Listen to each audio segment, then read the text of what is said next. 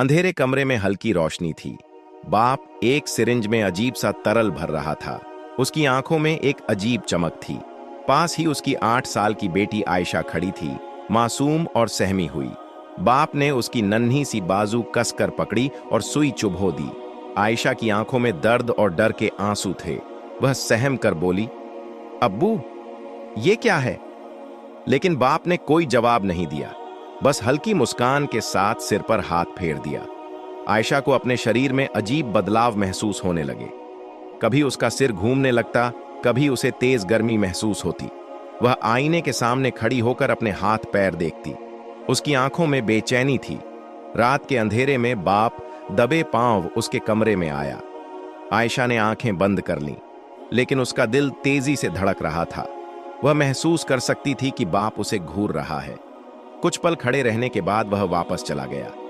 आयशा अब समझने लगी थी कि कुछ बहुत गलत हो रहा है। उसने हिम्मत करके बाप के कमरे की अलमारी खोली। अंदर शीशियों और सिरिंजों का ढेर था। अचानक पीछे से बाप की भारी आवाज गूंजी, तुम यहां क्या कर रही हो? आयशा घबरा गई। उसने जल्दी से सिरिंज छुपा ली और कांपती आवाज में बोली, कुछ नहीं, बस कुछ ढूंढ रही थी।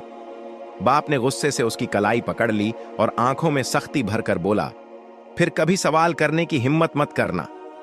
वह रात आयशा ने जागते हुए बिताई। वह समझ नहीं पा रही थी कि वह क्या करे।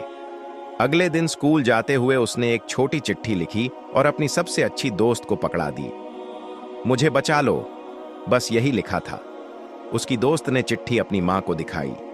मां के चेहरे का रंग उड़ गया। उसने तुरंत पुलिस को फोन किया। उधर घर लौटने पर बाप की नजरों में अजीब सा शक था। रात को फिर उसने आयशा को पकड़कर सिरिंज चुभो दी। इस बार आयशा ने उसका हाथ झटक दिया। बस करो, वह रो पड़ी। गुस्से से बाप ने उसे जोर से थप्पड़ मारा। वह जमीन पर गिर पड़ी। उसकी आंखों में अब सिर्फ डर था। बाप कमरे से बाहर चला गया। आधी रात को दरवाजे पर जोर जोर से दस्तक हुई। बाप दरवाजे तक गया और चीखा, कौन है?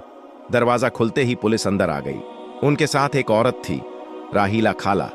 उन्होंने बाप की तरफ इशारा किया, इसे गिरफ्तार करो। बाप ने भागने की कोशिश की, लेकिन पुलिस ने उसे पकड़ लिया। आयशा एक कोने में खड़ी देख रही थी। उसकी आंखों में राहत के आंसू थे। बाप को हथकड़ियों में जकड़कर ले जाया गया। वह चिल्ला रहा था, मैंने कुछ नहीं किया। लेकिन अब उसकी कोई सुनने वाला नहीं था। अगले दिन अदालत में जज ने सख्त आवाज में सजा सुनाई। बाप के चेहरे पर पहली बार डर था। उसे जेल भेज दिया गया। बाहर आयशा खड़ी थी, आजाद, लेकिन अंदर से टूटी हुई। राहीला खाला ने उसे गले से लगा लिया। अब तुम सुरक्षित हो, उन्होंने प्यार से कहा। आयशा की आंखों से आंसू गिर रहे थे, लेकिन इस बार ये आंसू डर के नहीं, बल्कि सुकून के थे। दोस्तों, ऐसे वीडियो बनाने में बहुत मेहनत लगती है। चैनल को सब्सक्राइब जरूर करना।